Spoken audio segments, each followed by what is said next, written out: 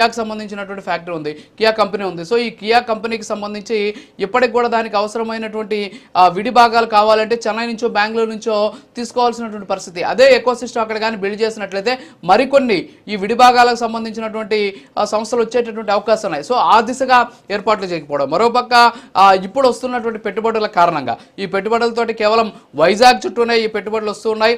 అలాగే ఇతర ప్రాంతాలు అటు కోస్తాంధ్ర కావచ్చు, అలాగే రాయలసీమ కావచ్చు. సో వీటికి సంబంధించి ప్రధానమైనటువంటి కంపెనీలు రావట్లేదు అనేటటువంటి ఒక అపవాదు కూడా ఉంది. వీటన్నిటి కూడా ఏ విధంగా బ్యాలెన్స్ చేయబోతుంది ప్రభుత్వం, అంతేకాకుండా వీటిని ఏ విధంగా గ్రౌండ్ చేయబోతుంది. సో దీని మీద మనం చర్చిద్దాం. ఈ చర్చలో మనతో పాల్గొనేందుకు జనసేన నాయకురాలు శంకర కృష్ణవేణి గారు, అలాగే వైఎస్ఆర్ కాంగ్రెస్ పార్టీ అధికార ప్రతినిధి చిన్నపరెడ్డి గారు, టీడీపీ అధికార ప్రతినిధి అజయ్ కుమార్ సజ్జా గారు, అలాగే ఎనలిస్ట్ కట్టాకార్తిక్ గారు ఉన్నారు. కట్టాకార్తిక్ గారు గుడ్ మార్నింగ్. సో ఓవరాల్గా చూస్తే ఎంఓయూలు అవుతున్నాయి, సంతకాలు అవుతున్నాయి, అలాగే ఇద్దరు కూడా ఫైల్స్ మార్చుకుంటున్నారు. కానీ గ్రౌండింగ్ విషయానికి వచ్చేసరికి చాలా ఇబ్బందికరమైనటువంటి సిచ్యువేషన్లు చూసాం. ఇప్పుడు ఫర్ ఎగ్జాంపుల్ గత ప్రభుత్వంలో అంటే 2023లో జరిగినటువంటి జిఐఎస్ సదస్సు ఏదైతే ఉందో దాంట్లో దాదాపు 13 లక్షల కోట్లకు సంబంధించినటువంటి ఎంఓఎల్ మీద సంతకాలు చేశారు. కానీ అందులో గ్రౌండ్ అయినటువంటి పరిస్థితి మాత్రం కేవలం 10 నుంచి 15% మాత్రమే అయ్యింది అని చెప్పేసి ఒక ఆరోపణ ఉంది. సో ఇలాంటివి అంటే వస్తున్నాయి, కంపెనీలతో మాట్లాడుతున్నారు, అన్ని సెట్ చేస్తున్నారు. కానీ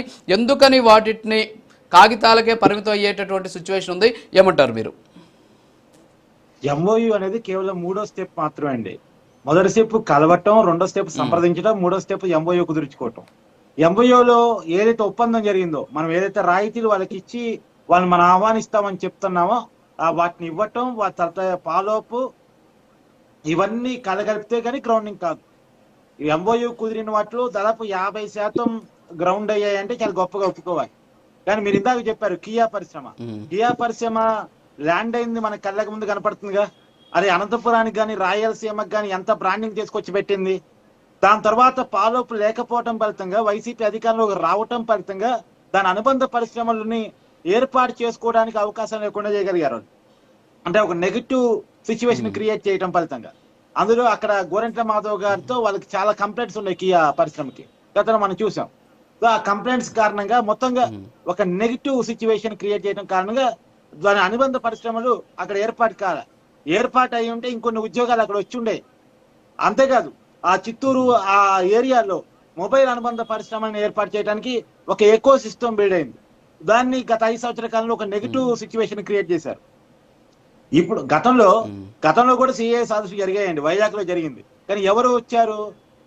ప్రశాంత్ కిషోర్ టీం సభ్యులు, అంటే పీకే టీం సభ్యులు, వాళ్ళు వైసీపీ కార్యకర్తలు, వాళ్ళు వీళ్ళని కోర్టేసి కూర్చోబెట్టారనేటువంటి అపవాదం మనం గతంలో చూసాం. దానికి సంబంధించిన విజువల్స్, ఆధారాలు, ఆ వ్యక్తుల ఫోటోలు, ఆ వ్యక్తులు ఎవరు ఏంటి అనేది మనం అన్ని ఛానల్స్ లో కూడా ప్లే అయింది.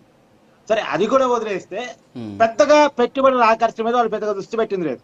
కానీ ఇవాళ అధికారంలోకి వచ్చిన తర్వాత టీసీఎస్ కంపెనీని ల్యాండ్ చేయించుకోవడం కావచ్చు, కాగ్నిజెంట్ కంపెనీని వైజాగ్ లో ల్యాండ్ చేయించడం కావచ్చు, అన్ని అమరావతికి తీసుకురావాలనేటువంటి పట్టుదల కూడా ఇక్కడ ఏం చూపించట్లేదండి.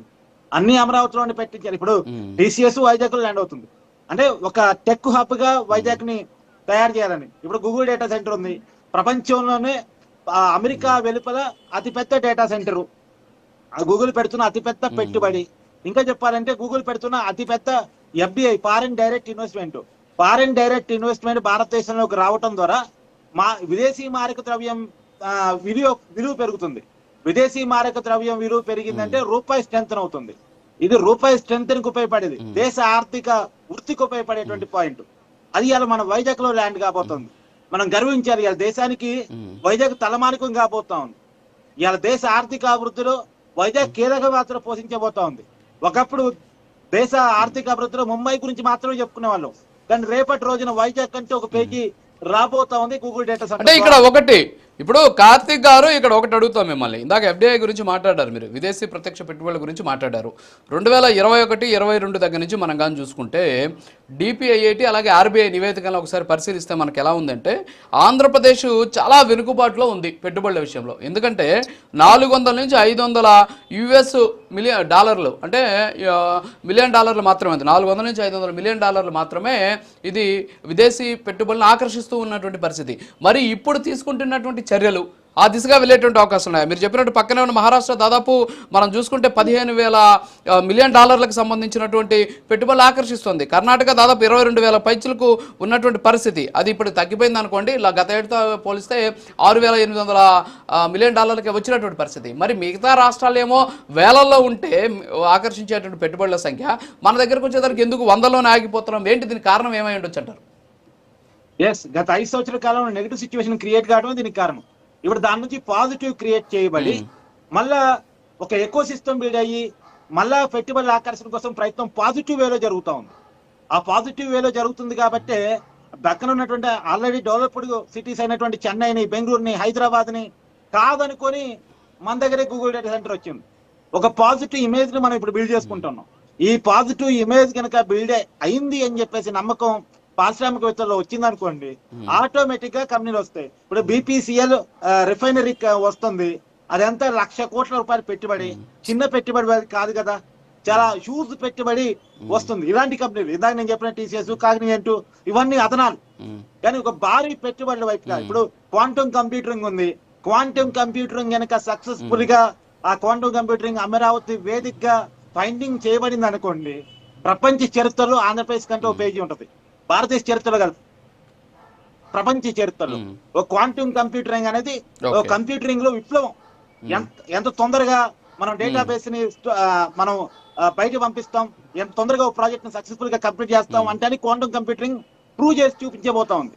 ఇక డ్రోన్ క్యాపిటల్, హైడ్రోజన్ క్యాపిటల్ ఇవన్నీ ప్రయత్నాలు చేస్తా ఉన్నారు. ఏ మేరకు సక్సెస్ అవుతారని చూడాలి. కానీ ఒక క్వాంటమ్ కంప్యూటరింగ్ కనుక మనం అమరావతి వేదికగా సక్సెస్ చేసి చూపించగలిగితే మాత్రం ప్రపంచానికి ఒక అధ్యాయాన్ని మనం ఇచ్చిన వాళ్ళం అవుతాం. సో సక్సెస్ఫుల్ గా ఒక పాజిటివ్ వాతావరణం మనకు ఆంధ్రప్రదేశ్ లో కనపడుతోంది. అమరావతి వేదిక కనపడుతోంది, వైజాగ్ వేదిక కనపడుతుంది, రాయలసీమలో కనపడతా ఉంది. 3 ప్రాంతాలు ఇప్పుడు అభివృద్ధి వికేంద్రీకరణ అనేది కూడా మనకు కనపడుతోంది. పాలన కేంద్రీకరణ, అభివృద్ధి వికేంద్రీకరణ. గతంలో వైసీపీలో ఏం చేశారు? పాలన వికేంద్రీకరణ చేయాలని చూశారు. పాలన కేంద్రీకరణంగా ఉండాలి, అభివృద్ధి వికేంద్రీకరించబడాలి. కానీ 3 రాజధానుల పేరుతో పాలన వికేంద్రీకరించి ఇదే అభివృద్ధి వికేంద్రీకరణ చూపించే ప్రయత్నం చేశారు. ఈ రెండింటికి మధ్య ఉన్న తేడా వాళ్ళకి అర్థం కాల. కానీ ఇప్పుడు ఆ తేడాను అర్థం చేసుకొని పాలనని కేంద్రీకరిస్తున్నారు, అభివృద్ధిని వికేంద్రీకరిస్తున్నారు. ఇది ఒక మంచి పరిణామం.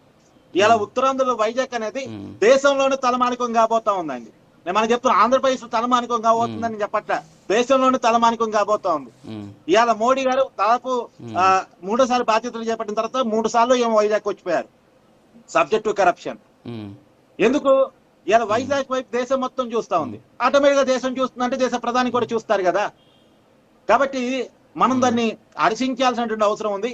ఖచ్చితంగా నేను సరే, ఇప్పుడు మీరు ఒకటి మీరు ఒక అనలిస్ట్ గా ఓకే, మీ ఆలోచనలు, మీకున్నటువంటి సమాచారం ఓకే. నేను ఒక క్వశ్చన్ అడుగుతాను మీకు. ఇప్పుడు రాయలసీమ అభివృద్ధి అంటున్నాం. మరి రాయలసీమకి మనం చూస్తే కేవలం ఈ సోలారు, విండ్ ప్రాజెక్టులు మాత్రమే ఎందుకు తీసుకొస్తున్నారు? భారీ ఉపాధి కల్పించే తయారీ యూనిట్స్ని ఎందుకు తీసుకురావట్లేదు? సరే, కియా ఒకటి వచ్చింది, తర్వాత మీరు చెప్పినట్టు శ్రీ సిటీకి సంబంధించి ఉంది. శ్రీ సిటీ కూడా ఆల్మోస్ట్ అది కోస్తాంధ్రకి వెళ్ళిపోయేటటువంటి పరిస్థితి. మరి రాయలసీమ విషయంలో మ్యానుఫ్యాక్చరింగ్కి సంబంధించినటువంటి దాంట్లో ఎందుకు రావట్లేదు?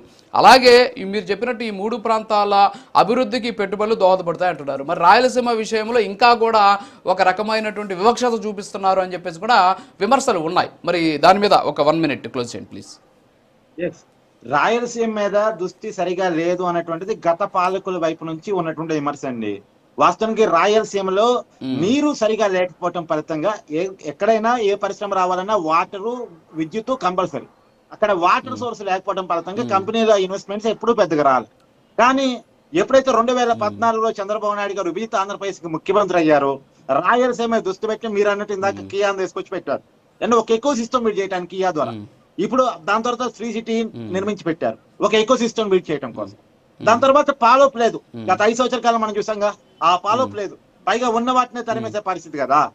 ఇవాళ కియా అనుబంధ పరిశ్రమలు కూడా అక్కడ ఏర్పాటు అయి ఉంటే అనంతపురానికి ఎంత బ్రాండింగ్ వచ్చి ఉండేది, రాయలసీమకి ఎంత ఎంప్లాయ్మెంట్ వచ్చి ఉండేది. ఇప్పుడు మళ్ళీ రాయలసీమకి బ్రాండింగ్ కల్పించడం అంటే కొద్ది టైం తీసుకుంటాం. కానీ ఖచ్చితంగా రాయలసీమ మీద ఫోకస్ ఉంది అని చెప్పేసి చెప్తా ఉన్నారు. ఇప్పుడు ఎగ్జాంపుల్ వైజాగ్ లో ఒక కంప్లైంట్ వచ్చింది, మాకు గుంటూరు రోడ్డు వల్ల మేము ఇక్కడ కంపెనీ నడుపుకొని పడుతూ ఉన్నాం అని చెప్పి ఒక CEO ట్విట్టర్ లో పెడితే, మీరు ఎలా ఉత్తరం వైపు వస్తున్నారు కదా, ఇంకొద్దిగా ఉత్తరం వైపు రండి అని అనంతపురం తగిలింది. రాయలసీమకి రండి అని చెప్పేసి నారా లోకేష్ గారు ఓపెన్ గా ఆహ్వానించారు. అంటే రాయలసీమని ప్రమోట్ చేయడానికి కూడా ఏమాత్రం వెనకాలట్లేదు. లేకపోతే రాయలసీమకి పెట్టుబడి తీసుకురావడంలో మిగతా ప్రాంతాలు తీసుకొచ్చినంత ఈజీ కాకపోవచ్చు, కొద్ది టైం పట్టొచ్చు, కానీ ఆ ప్రయత్నం మాత్రం సక్సెస్ఫుల్ గా నడుస్తా ఉంది. ఇవాళ బెంగళూరులో ఉన్న కంపెనీని అనంతపురం అడగటం కంటే ఇంకా ఏముందండి. వస్తారు మళ్ళీ వస్తారు. వస్తాం మీ దగ్గరికి. ఓకే వస్తారు మళ్ళీ వస్తాం మీ దగ్గరికి. అజయ్ కుమార్ గారు గుడ్ మార్నింగ్. సో ఓవరాల్ గా ప్రస్తుతం మనం చూస్తూ ఉన్నటువంటి అంశాలు చూస్తూ